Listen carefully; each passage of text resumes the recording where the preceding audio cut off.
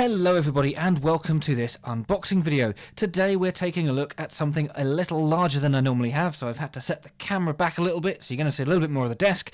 We are looking at the ICM Polikarpov I-153 in 1/48th scale. Now, of course, I say it's a bit bigger. It's still a very small aircraft, but it's in 1/48th, and the box is a little bit larger than the sort of thing I would normally look at.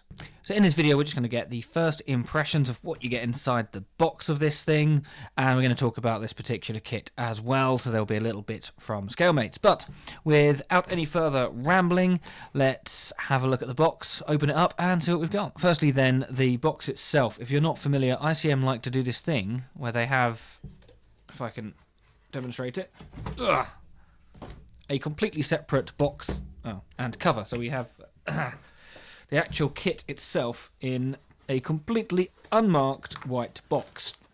What it does mean is that we can look at the lid separately without shaking a kit around. So you have this artwork here. The one that I went for is marketed as a winter version. Product code 48096. You see it on the top there. ICM with their somewhat wanky tagline, new in the best. Yeah, words, brilliant. And the scale down there. And you can see that this particular aircraft is one with skis. On this edge, we have a little bit of information about the aircraft. You can pause and read there if you would like. We have a website and an address, and it also tells you a little bit about the kit itself, as in it says it's 130mm, wingspan 208, and includes 102 parts. Now remember that, because when I'm doing the build video, I will probably struggle to just look at the box and I'll count all the specific parts and I'll tell you there's 804 or something stupid. Anyway, cement and paint needed to finish, they are not included, although it does say it has an instruction sheet included. Excellent. I'm not really sure what sort of kit they would expect to offer people otherwise. Each shop edge is like this. So both more or less the same. I mean, one's they're at slightly different angles, but you get the idea. And then finally on this long edge we have the product code again, the brand again, and the one on the box demonstrated here in graphic form, with one final warning for adult collectors age 14 and over. Now let's actually look at the good stuff itself and open up this somewhat unenticing white unmarked cardboard box. Just a very quick mention of the lid opening box. It's much nicer than an end opening thing, so I'm quite happy with this. We have that and that. And that. As you'll see shortly, this kit was first released a few years ago. You can now buy ICM paints. I'm guessing they were brand new at this time. It does say that they only have 77 colours in the range in 12mm bottles. You can buy these. I've personally never tried ICM paints. I know there are other creators that have. I have genuinely had one in my wish list on a website ever since they first were pre-orderable, and I just never got around to buying it. But anyway, oh yes, paint sets as well. Nice little advert in there, tells you what they've got. I mean, you might as well. The only downside to putting an advert in a box like this is if some bugger doesn't open it for 10 years and the products are all no longer available or something, but not the case here. Try them if you want, if you feel compelled by advertising. Let's look at the instructions first. This is, about 8 A4 size? I was going to say 8/4, but that's obviously not right. It's about A4 size, stapled, very glossy. We have the same image as we had on the cover. We have the history of the plane and some technical specifications, much the same as we had on the box. A guide to the colours used, and it is interesting to note that they put in an advert for ICM paints in this kit. And none of these are ICM paints. They have Revell and Tamiya only, and then a few basic guides here as well as to what the symbols mean. I'm not expecting anything complicated. I have made an ICM kit before, but it was quite a while ago, and it was not this modern. We've got the decals in here, so we're going to pause this look at the instructions to look at those. I'm trying to get the light on them so I can show you the quality. They look absolutely fine. Yeah. Look all right. but the actual quality looks fine. I'm guessing these are dials or some sort of interior detail. Otherwise, very, very simple, just a registration for things and national insignia. That's it. Let's put those somewhere safe. In fact, I'm going to put them inside the paint advert flyer because I'm not likely to need that ever again. So when I come to build the kit, I'll try and find the decals and I'll panic. Right. Sprue map. Very, very large. I mean, look, that's the size of my hand. Very, very large sprue map. Doesn't look like a complicated kit, especially considering it's got 102 pieces or whatever it was. There we go. But it's very, very clear. In fact, it's almost as big as the real thing. Almost, but not quite. Only the cover is glossy, by the way. The rest of these pages are, well, I mean, they're in colour, but they are matte finish. It's a lot of rustling. We're going to try and not rustle too much near the microphone.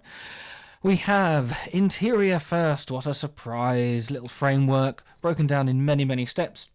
If you're new here, I'm not going to be talking you through every single part being glued to every single part. Just wait for the build video if you want to see that. But this gives you at least an indication as to what you get. The instructions seem to be very clear, and they're broken down very nicely, as in it's not glue interior together, stick plane together, paint, which some manufacturers like to do. Fuselage halves going together. So it's interesting to note the interior sits on the base of the wing, the lower wing, and then the fuselage halves are glued together and stuck on top of that. We then have assembling the top wing before moving on to the engine. Looks horrendously fiddly with all the separate pieces, but it's 48 scale, so I won't be screaming at it too much. In theory, final assembly is sort of what we're doing. We're only about halfway through, but this is definitely final assembly territory. When I say it's in colour, I mean it's in grey and red, as you can see, but it's still, you know, more colour than a lot of manufacturers go for. Assembling the skis. I did want this one because of the skis. I'm quite looking forward to it. And step 32, fitting lots of eeny weeny teeny bombs. You'd be better off just throwing stones at the enemy. Slightly bigger bombs if you want slightly bigger bombs. I don't know which version is correct for, or which armament is correct for the version I'm going to do. We'll have to inevitably do a little bit of research. And this doesn't actually show you to do anything at all. This is just a picture of the, I say the picture, it's the render of the final aircraft. And rigging. One of the reasons why I chose this as a 48th aircraft is because I like multi-wing aircraft and I don't like rigging. And it has very little. So it's got some bit of a compromise. It's got just a bit, but nothing much. And then the colour call out is on the back. We have option A, which is the grey one. It's colour D. Wonderful. And then you have to go to the front. At least it's on the front. It's not like Revell where you have to find which page it's on. But that's aluminium. So it's not actually grey, is it? It's apparently bare metal. Well, not bare metal. It's a lacquer. But anyway, aluminium. And then we have scheme B. It doesn't actually tell you anywhere that it's scheme B. It just has this is that one. And then this is that one. This is a Finnish one. Early war. I say early war. The Finnish didn't fight in Second World War. Technically, they fought their own completely separate and were definitely not involved with anything else wars. It's complicated, look it up. This is Winter War, then, to be more precise, and it's just one tone of green over blue, which will be RLM 65 if you're interested. And then the final scheme, which takes up a full page and is almost exactly the same size as the actual aircraft, is from the Continuation War Finnish Air Force 1942. This is your more recognisable Finnish scheme, well, in my opinion, more recognisable, of black, green and RLM 65. We've got some yellow as well, but looks very smart. Of course, yellow is not the easiest colour to paint, and they do not, just double checking, they do not provide a decal for it, so the stripe around the band around the fuselage would have to be painted. Right, now on to the good stuff. Let's look at this plastic. We have a sticky bag.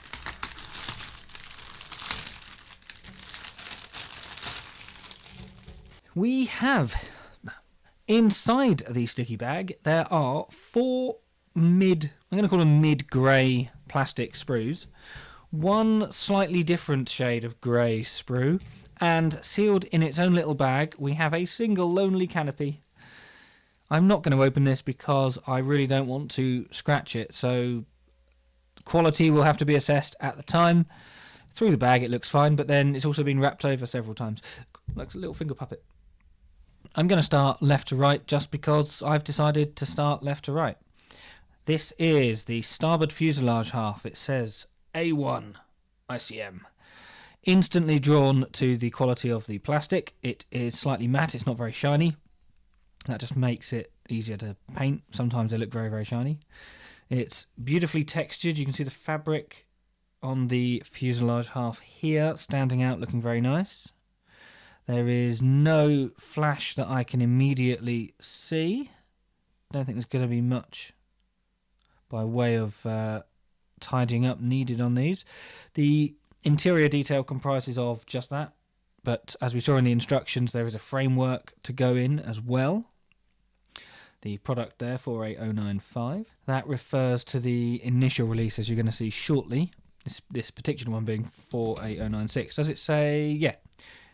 Jumping ahead slightly, going on to the one with the skis, that says 48096 because the difference between this and 48095 is that this one has skis. And these skis are the ones in the different plastic. It says here it's D. Got wheel covers as well, or wheel well covers. Again, no flash, absolutely spotless. Doesn't feel greasy or anything.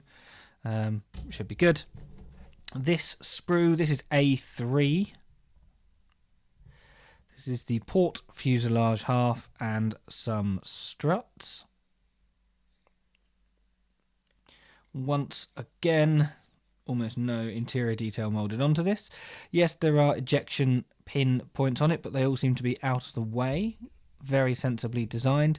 And just to show you, there are locating pins. There's only a couple. There's one at the top there, pin and a socket, and there's one down at the bottom of the fuselage. But it is a high quality kit as opposed to some limited run things that are not. I'm not saying this is limited run, but just in case you're not familiar with ICM, this is top quality stuff, not mediocre quality stuff. This is where the weapons are. This is Sprue B. Again, 48095. We have bombs. They look rather silly, I must say. I shouldn't bomb shame. I don't really know much about bombs, but these ones are tiny. Bearing in mind this is 48. These ones are tiny. These ones are small, and these ones are barely effective. We've got bomb racks. More bombs down here. As I've said, I don't know what bombs the Finnish would have carried on these things, if any. So if you do know, let me know. I will look it up myself, however, and I may just decide not to include any bombs anyway, because quite frankly, they look just ridiculous. I quite like the clean lines of this aircraft. I think it's quite a distinctive thing. And sticking these tiny little rocks on the bottom might affect that. Right, anyway, last sprue. This is A2. There it is. A2. And this is where the bulk of the plane is. We have the two wings. This is the top wing with the, shall we call it a visibility slot? Would it be fair to say that? Essentially, the pilot wouldn't be able to see, so to increase visibility, they stuck a wing in his face and then just put a little trough through it, as if that was going to help matters. Anyway, those mad Soviets. Propeller blades. A pair of wheels. And again, there's just no flash. There's the interior. There's locating pins in sensible places. Little indents for the struts holding up the tail surfaces. There's a control column. Look at that. Very, very smart indeed. This looks, well, this looks excellent. Obviously, it's just looking at parts as they come out of a box, but I've seen enough kits coming out of boxes to know when something excites me, and this does. I think I'm going to have a great time with this. Yeah. Okay, so you know what we're looking at. According to Scalemates, this here's the box here. This particular release was 2016, and the original tooling dates back to 2015, and that is the product code that you saw on most of the kits. Most of the sprues. It has subsequently been released, including this most recent one, 2024, and has apparently also been released by Hasegawa. I don't think I've ever seen that Hasegawa release, but apparently they did that as well. It is a little annoying that they don't mention it on the box, so you have to look this stuff up rather than just, buying a product and seeing what you get. But it is reassuring to know that this is only, at time of recording, 10 years old. Well, I mean, as in the original tool, obviously 2016 is 9 years ago, based on, if you're watching this when it's released, on the assumption that I'm releasing it sometime soon after recording. And I've realised I've got stuck in a pit of ramble with no way out. And if you're wondering what sort of price this is, you can look in the vicinity of sort of around £15 at the moment. There is no real RRP that I can give, but somewhere between 15 and 20 quid seems sensible. And finally then, if you are wondering what paint scheme I'm going to do and whether I'm going to hold a poll or anything like that, well, I'm not going to be holding a vote for it. However, what I will tell you, I'm not going to say which one of the three I'm going to do, but what I will tell you is, in addition to buying this kit, I bought the 3rd Gen AK Interactive World War II Finnish Air Force Colours set. Right, I'm leaving it there. I'm getting a bit excited about this one. I'm not going to start it straight away. It will be started very soon. There is every chance that by the time you watch this I have, but I'm recording it because I want to start it soon, but I need to finish a project first, which is nearing completion, and I just found the time to record this unboxing. If you don't subscribe and you'd like to be notified of when the build video is released some point in the future, then please hit the subscribe button. You can hit the like if you like it, and of course that notification bell is how you supposedly get notified when a video goes live. Don't know about you, but mine tends to just not bother. I don't normally press the notification button because it doesn't work. You could also become a channel member like these people on screen, who just help keep my sanity slightly lower than it should be by supporting my videos and making me question the sanity of humanity. But thank you very much. You are hugely appreciated, and you help pay for silly little things like this, which is an aircraft I've wanted for a long time. And now that I've started accepting that 48 scale is probably the way forwards, this was genuinely one of the first 48 kits that I bought. Thank you once again. I hope to see you in another video, and just exist happily. One of these days I'll find a really good signature sign off and I'll stick with it, but until then it's just nonsense all the way.